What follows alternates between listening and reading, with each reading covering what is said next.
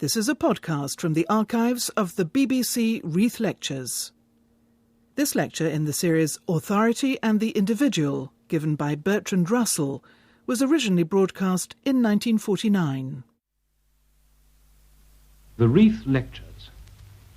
Bertrand Russell is giving the fourth of 6 broadcasts on authority and the individual. His fourth lecture is entitled The Conflict of Technique and Human Nature. Bertrand Russell. Man differs from other animals in many ways. One of these is that he is willing to engage in activities that are unpleasant in themselves because they are means to ends that he desires. Animals do things that, from the point of view of the biologist, seem to be labor for a purpose. Birds build nests and beavers build dams.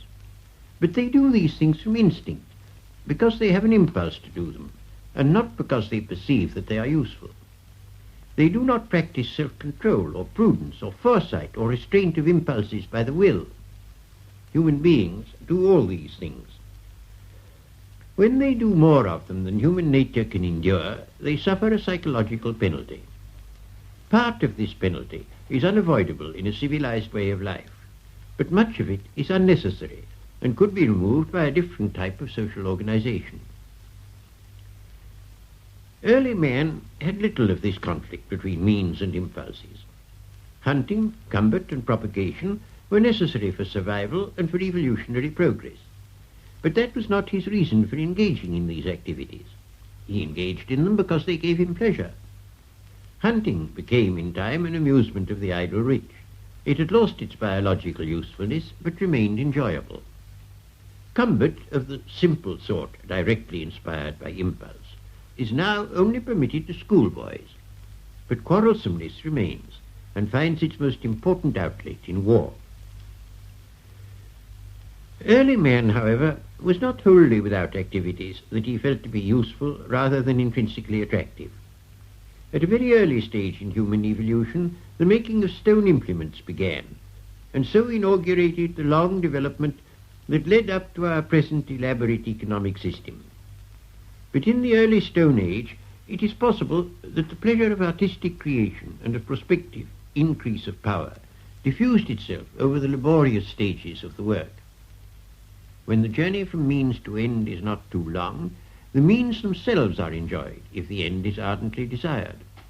A boy will toil uphill with a toboggan for the sake of the few brief moments of bliss during the descent. No one has to urge him to be industrious, and however he may puff and pant, he is still happy.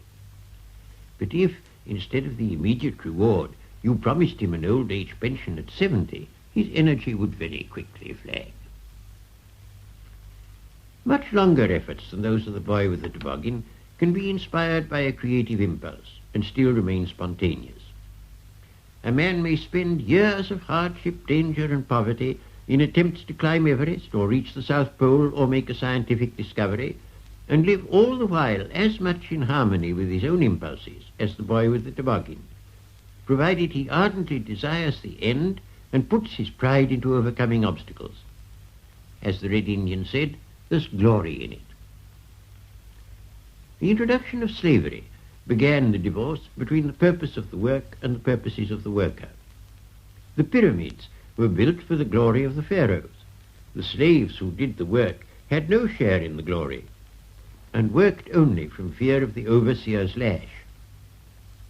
Agriculture, when carried on by slaves or serfs, equally brought no direct satisfaction to those who did the work. Their satisfaction was only that of being alive, and, with luck, free from physical pain. In modern times before the Industrial Revolution, the diminution of serfdom and the growth of handicrafts increased the number of workers who were their own masters, and who could therefore enjoy some pride in what they produced. It was this state of affairs that gave rise to the type of democracy advocated by Jefferson and the French Revolution, which assumed a vast number of more or less independent producers, as opposed to the huge economic organizations that modern technique has created. Consider a large factory, say one that makes motor cars. The purpose of the organization is to make cars, but the purpose of the workers is to earn wages. Subjectively, there is no common purpose. The uniting purpose exists only in owners and managers, and may be completely absent in most of those who do the work. Some may be proud of the excellence of the cars produced, but most, through their unions, are mainly concerned with wages and hours of work. To a considerable extent, this evil is inseparable from the mechanization combined with large size. Owing to mechanization, no man makes a large part of a car, but only one small share of some one part. A great deal of work requires little skill and is completely monotonous. Owing to the large size of the organization, the group who collectively make a car have no unity and no sense of solidarity as between management and employees. There is solidarity among the wage earners, and there may be solidarity in the management. But the solidarity of the wage earners has no relation to the product. It is concerned to increase wages and diminish hours of work. The management may have a pride in the product, but when an industry is thoroughly commercialized, there is a tendency to think only of profit, which may often be secured more easily by advertisement than by improved workmanship. Two things have led to a diminished pride in workmanship. The earlier was the invention of currency. The later was mass production. Currency led to the valuation of an article by its price, which is not something intrinsic, but an abstraction shared with other commodities. Things not made to be exchanged may be valued for what they are, not for what they will buy. Cottage gardens in country villages are often lovely and may have cost much labour, but are not intended to bring any monetary reward. Peasant costumes, which now hardly exist except for the delectation of tourists, were made by their wearers' families and had no price. The temples of the Acropolis and the medieval cathedrals were not built with any pecuniary motive and were not capable of being exchanged.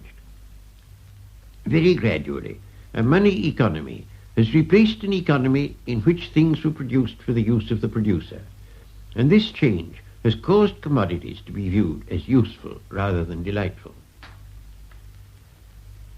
Mass production has carried this process to new lengths. Suppose you are a manufacturer of buttons. However excellent your buttons may be, you do not want more than a few for your own use. All the rest you wish to exchange for food and shelter, a motor car and your children's education, and so on. These various things share nothing with the buttons except money value. And it is not even the money value of the buttons that is important to you. What is important is profit. That is, the excess of their selling value above the cost of production, which may be increased by diminishing their intrinsic excellence.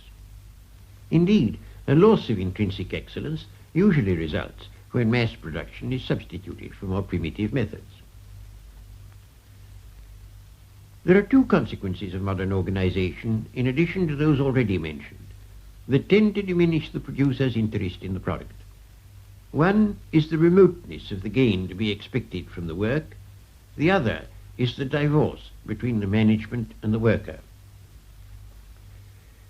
As for the remoteness of the gain, suppose you are engaged at the present time in some subordinate part of the manufacture of some commodity for export. Let us say again a motor car. You are told with much emphasis that the export drive is necessary in order that we may be able to buy food.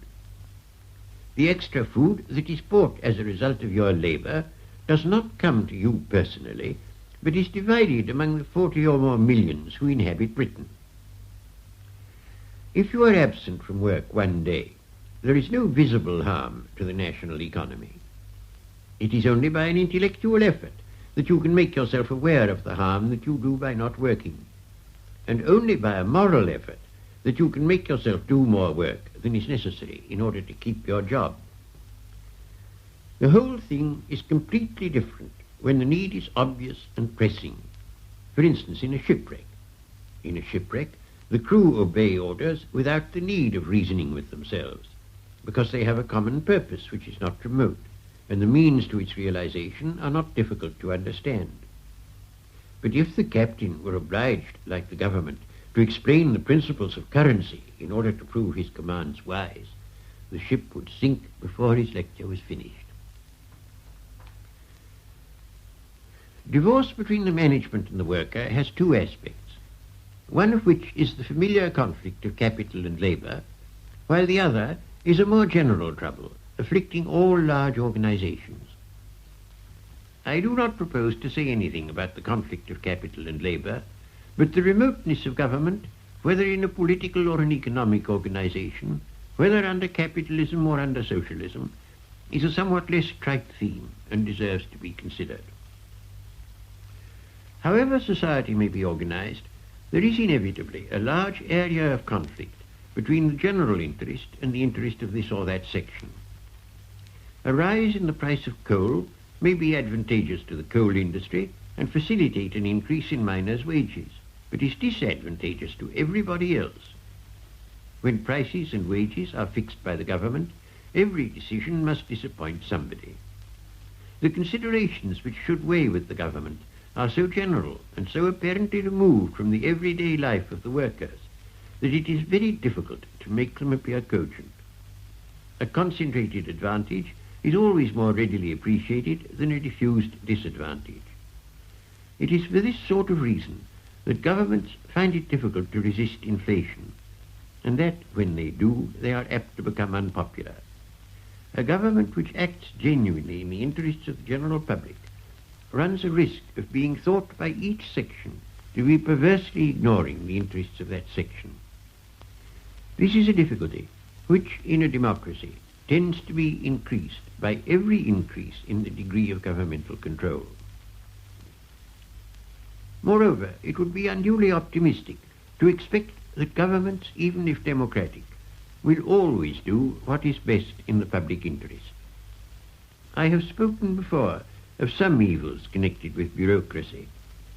I wish now to consider those involved in the relation of the official to the public.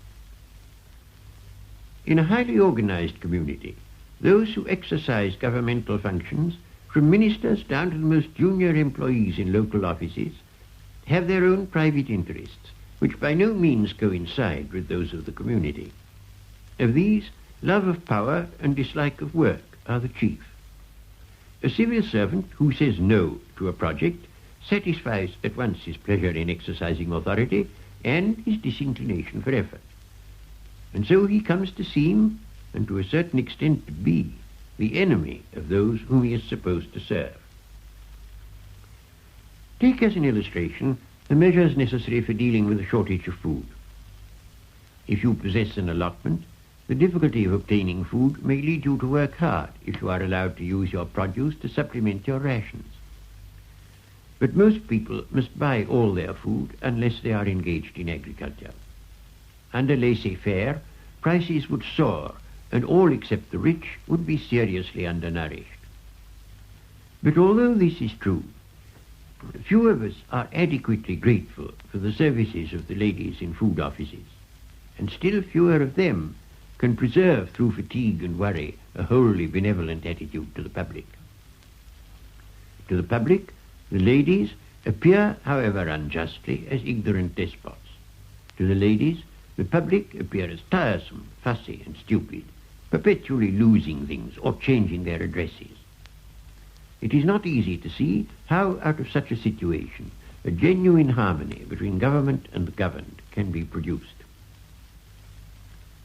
The ways which have hitherto been discovered of producing a partial harmony between private feelings and public interest have been open to objections of various kinds. The easiest and most obvious harmonizer is war. In a difficult war, when national self-preservation is in jeopardy, it is easy to induce everybody to work with a will, and if the government is thought competent, its orders are readily obeyed. The situation is like that in a shipwreck. But no one would advocate shipwrecks as a means of promoting naval discipline, and we cannot advocate wars on the ground that they cause national unity. No doubt something of the same effect can be produced by the fear of war, but if fear of war is active for a long enough time, it is pretty sure to result in actual war. And in any case, fear of war is not a good thing, however unavoidable it may sometimes be. Competition, where it exists, is an immensely powerful incentive. It has been generally decried by socialists as one of the evil things in a capitalist society. But the Soviet government has restored it to a very important place in the organization of industry.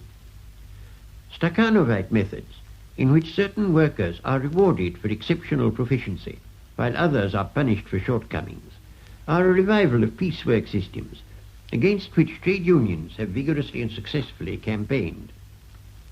I have no doubt that these systems have in Russia the merits formerly claimed by capitalists and the demerits emphasized by trade unions. As a solution of the psychological problem, they are certainly inadequate.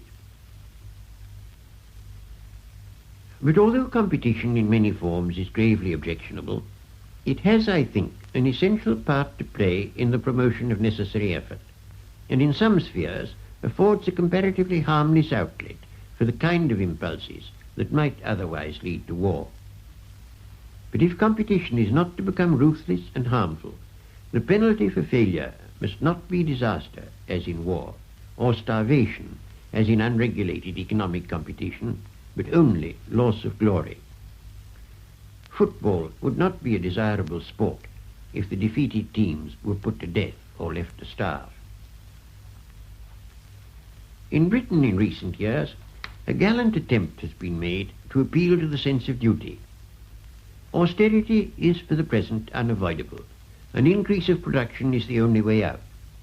This is undeniable, and an appeal of this sort is no doubt necessary during a time of crisis.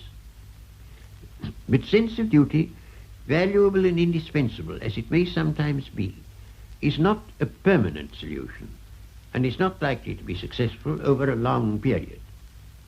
It involves a sense of strain and a constant resistance to natural impulses, which, if continued, must be exhausting and productive of a diminution of natural energy. If it is urged not on the basis of some simple traditional ethic such as the Ten Commandments, but on complicated economic and political grounds, weariness will lead to skepticism as to the arguments involved, and many people will either become simply indifferent or adopt some probably untrue theory suggesting that there is a short-cut to prosperity.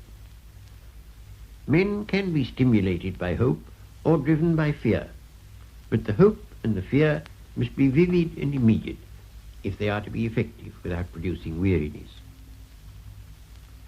It is partly for this reason that hysterical propaganda, or at least propaganda intended to cause hysteria, has such widespread influence in the modern world. People are aware in a general way that their daily lives are affected by things that happen in distant parts of the world, but they have not the knowledge to understand how this happens, except in the case of a small number of experts. Why is there no rice? Why are bananas so rare? Why have hens apparently ceased to lay eggs? If you lay the blame on India, or red tape, or the capitalist system, or socialism, you conjure up in people's minds a mythical personified devil whom it is easy to hate. In every misfortune, it is a natural impulse to look for an enemy upon whom to lay the blame. Savages attribute all illness to hostile magic. Whenever the causes of our troubles are too difficult to be understood, we tend to fall back upon this primitive kind of explanation. A newspaper which offers us a villain to hate is much more appealing than one which goes into all the intricacies of dollar shortages. When the Germans suffered after the First World War, many of them were easily persuaded that the Jews were to blame. The appeal to hatred of a supposed enemy as the explanation of whatever is painful in our lives is usually destructive and disastrous. It stimulates primitive instinctive energy, but in ways the effects of which are catastrophic. There are various ways of diminishing the potency of appeals to hatred. The best way, where it is possible, is to cure the evils which cause us to look for an enemy. Where this cannot be achieved, it may sometimes be possible to disseminate widely a true understanding of the causes that are producing our misfortunes. But this is difficult so long as there are powerful forces in politics and in the press which flourish by the encouragement of hysteria. I do not think that misfortune by itself produces the kind of hysterical hatred that led, for example, to the rise of the Nazis. There has to be a sense of frustration as well as misfortune. A Swiss family Robinson, finding plenty to do on their island, will not waste time on hatred. But in a more complex situation, the activities that are in fact necessary may be far less capable of making an immediate appeal to individuals. In the present difficult state of British national economy, we know collectively what is needed: increased production, diminished consumption, and stimulation of exports. But these are large general matters not very visibly related to the welfare of particular men and women. If the activities that are needed on such apparently remote grounds are to be carried out vigorously and cheerfully, ways must be devised of creating some more immediate reason for doing what the national economy requires. This, I think, demands controlled devolution and opportunities for desirable, more or less independent action by individuals or by groups that are not very large. Democracy, as it exists in large modern states, does not give adequate scope for political initiative, except to a tiny minority. We are accustomed to pointing out that what the Greeks called democracy fell short through the exclusion of women and slaves. But we do not always realize that in some important respects it was more democratic than anything that is possible when the governmental area is extensive. Every citizen could vote on every issue. He did not have to delegate his power to a representative. He could elect executive officers, including generals, and could get them condemned if they displeased the majority. The number of citizens was small enough for each man to feel that he counted, and that he could have a significant influence by discussion with his acquaintance. I am not suggesting that this system was good on the whole. It had, in fact, very grave disadvantages. But in the one respect of allowing for individual initiative, it was very greatly superior to anything that exists in the modern world. Consider, for purposes of illustration, the relation of an ordinary taxpayer to an admiral. The taxpayers collectively are the admiral's employers. Their agents in Parliament vote his pay and choose the government which sanctions the authority which appoints the admiral. But if the individual taxpayer were to attempt to assume towards the admiral the attitude of authority which is customary from employer to employee, he would soon be put in his place. The admiral is a great man, accustomed to exercising authority. The ordinary taxpayer is not. In a lesser degree, the same sort of thing is true throughout the public services. Even if you only wish to register a letter at the post office, the official is in a position of momentary power. He can at least decide when to notice that you desire attention. If you want anything more complicated, he can, if he happens to be in a bad humor, cause you considerable annoyance. He can send you to another man, who may send you back to the first man, and yet both are reckoned servants of the public.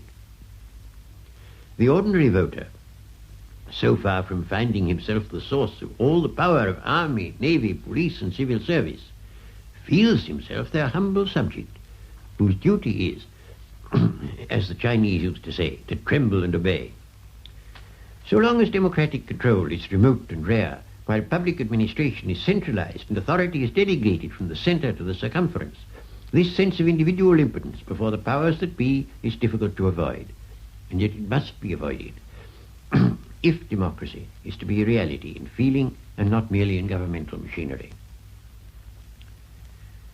Most of the evils that we have been concerned with in this lecture are no new thing. Ever since the dawn of civilization, most people in civilized communities have led lives full of misery. Glory, adventure, initiative were for the privileged few, while for the multitude there was a life of severe toil with occasional harsh cruelty. But the Western nations first, and gradually the whole world, have awakened to a new ideal. We are no longer content that the few should enjoy all the good things while the many are wretched. The evils of early industrialism caused a thrill of horror which they would not have caused in Roman times. Slavery was abolished because it was felt that no human being should be regarded merely as an instrument to the prosperity of another. We no longer attempt, at least in theory, to defend the exploitation of colored races by white conquerors. Socialism was inspired by the wish to diminish the gap between rich and poor. In all directions, there has been a revolt against injustice and inequality, and an unwillingness to build a brilliant superstructure on a foundation of suffering and degradation. This new belief is now so generally taken for granted that it is not sufficiently realized how revolutionary it is in the long history of mankind. In this perspective, the last 160 years appear as a continuous revolution inspired by this idea. Like all new beliefs that are influential, it is uncomfortable and demands difficult adjustments. There is a danger, as there has been with other gospels, lest means should be mistaken for ends, with the result that ends are forgotten. There is a risk that in the pursuit of equality, good things which there is difficulty in distributing evenly may not be admitted to be good. Some of the unjust societies of the past gave to a minority opportunities which, if we are not careful, the new society that we seek to build may give to no one. When I speak of the evils of the present day, I do so not to suggest that they are greater than those of the past, but only to make sure that what was good in the past should be carried over into the future, so far as possible unharmed by the transition. But if this is to be achieved, some things must be remembered which are apt to be forgotten in blueprints of utopia. Among the things which are in danger of being unnecessarily sacrificed to democratic equality, perhaps the most important is self-respect. By self-respect, I mean the good half of pride, what is called proper pride. The bad half is a sense of superiority. Self-respect will keep a man from being abject when he is in the power of enemies, and will enable him to feel that he may be in the right when the world is against him. If a man has not this quality, he will feel that majority opinion, or governmental opinion, is to be treated as infallible, and such a way of feeling, if it is general, makes both moral and intellectual progress impossible. The old load of poverty and suffering and cruelty from which mankind has suffered since history began is no longer necessary to the existence of civilization. It can be removed by the help of modern science and modern technique, provided these are used in a humane spirit and with an understanding of the springs of happiness and life. Without such understanding, we may inadvertently create a new prison, just, perhaps, since none will be outside it, but dreary and joyless and spiritually dead. How such a disaster is to be averted, I shall consider in my last 2 lectures.